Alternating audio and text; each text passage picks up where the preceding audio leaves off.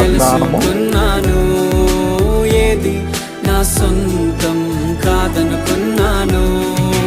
తప్పిపోయిన కుమారుని నేనైతే, నా కొరకై నిరీక్షించే తండ్రి నా యేసు. తప్పిపోయిన కుమారుని నేనైతే, నా కొరకై నిరీక్షించే తండ్రి నా యేసు.